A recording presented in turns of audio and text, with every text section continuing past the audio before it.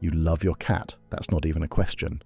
But what if some of the things you do every single day, things you think are totally fine, are actually making your cat miserable? Not in an obvious way.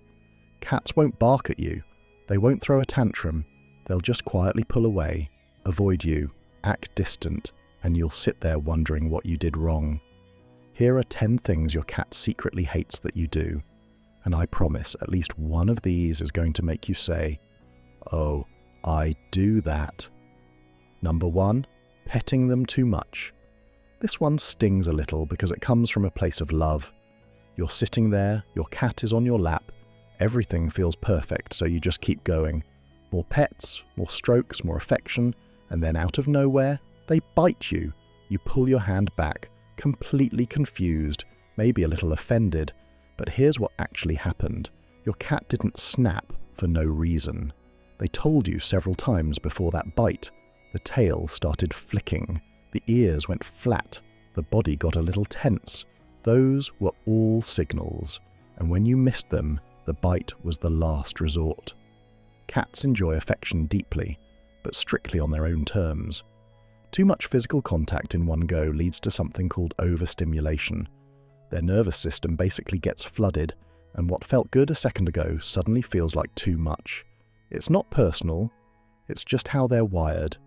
The key is learning to read the early signs and stopping before they have to ask you to stop. Your cat will actually trust you more when they realize you respect their limits. Number 2, picking them up constantly. A lot of people love picking up their cats, carrying them around, holding them close, and some cats genuinely don't mind it, but a lot of them really, really do. Here's why. When you pick a cat up, you remove every single option they have. They can't walk away, they can't create distance, they can't control what happens next. And for an animal whose entire sense of safety is built around being in control of their own space and movement, that feeling is deeply uncomfortable. To you, it's a hug. To them, it can feel like being trapped. If your cat stiffens up when you lift them, pushes against you, or jumps down the second you put them near your chest, they're telling you they don't love it, and the more you force it, the more they'll start avoiding being near you altogether, because they know what comes next. Let them come to you.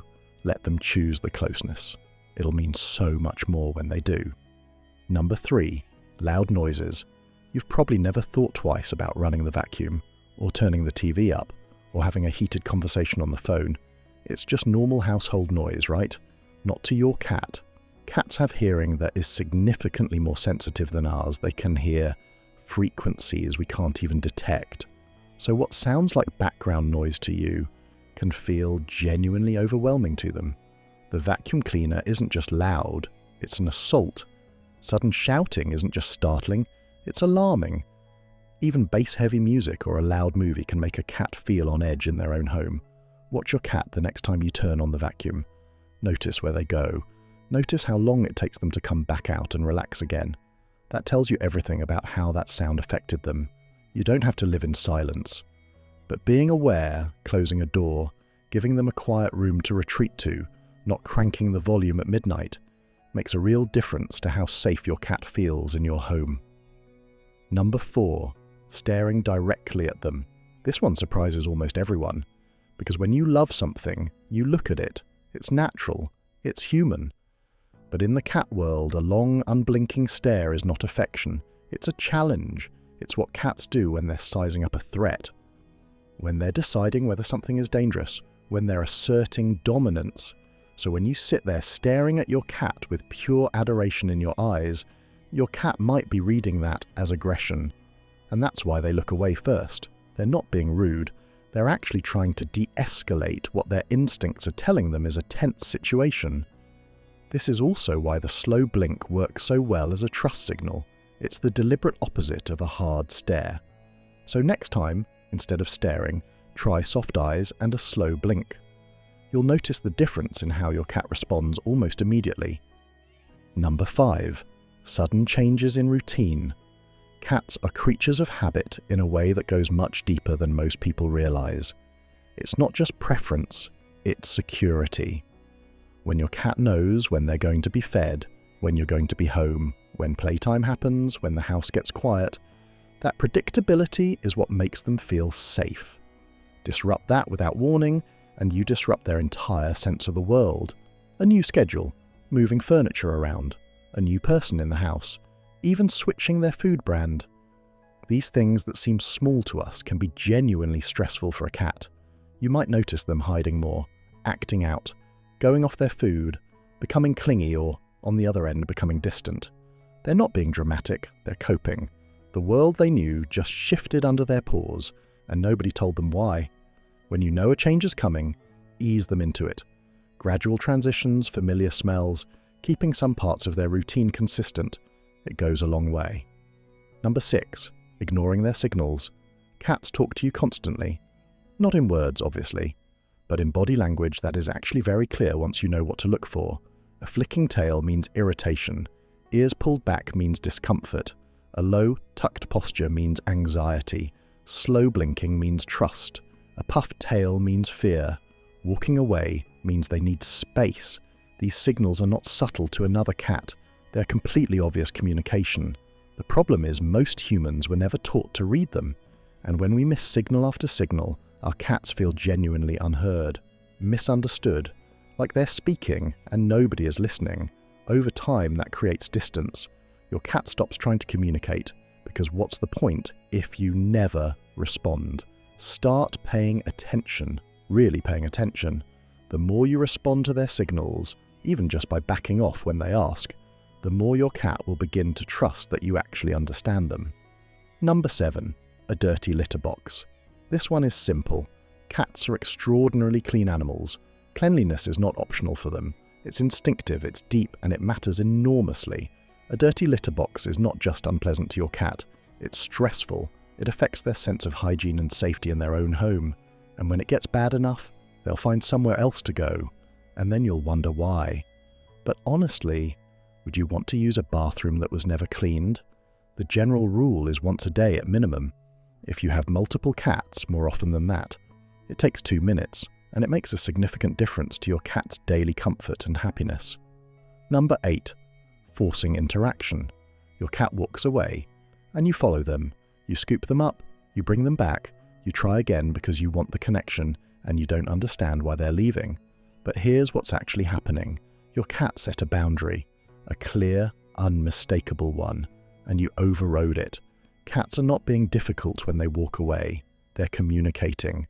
I need space right now. I need a moment. I'm not in the mood.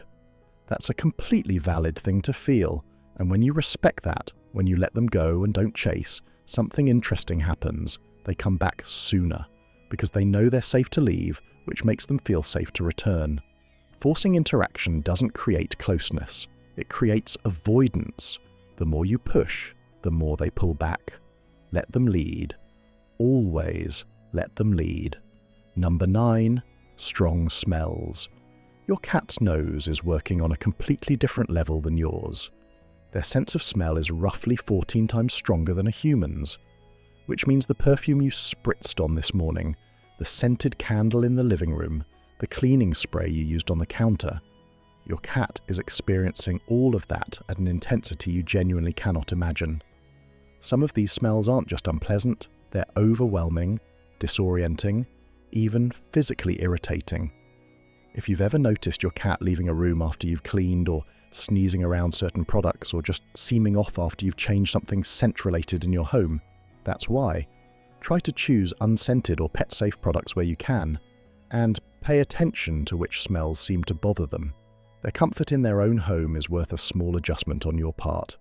Number 10. Not playing enough. Cats sleep a lot, we all know that. But in between those long naps, they have energy. Real, genuine, predatory energy that needs somewhere to go. In the wild, a cat hunts. They stalk, they chase, they pounce. It's not just about food. It's mentally stimulating. It's fulfilling. It's what their brain is built for. When we don't give our cats an outlet for that, no toys, no play sessions, no engagement, that energy doesn't just disappear. It builds, and it comes out in other ways. Scratching furniture, knocking things off counters, biting for no apparent reason, restlessness at 3 a.m. Your cat isn't being bad, they're bored. And boredom in a cat is a real welfare issue.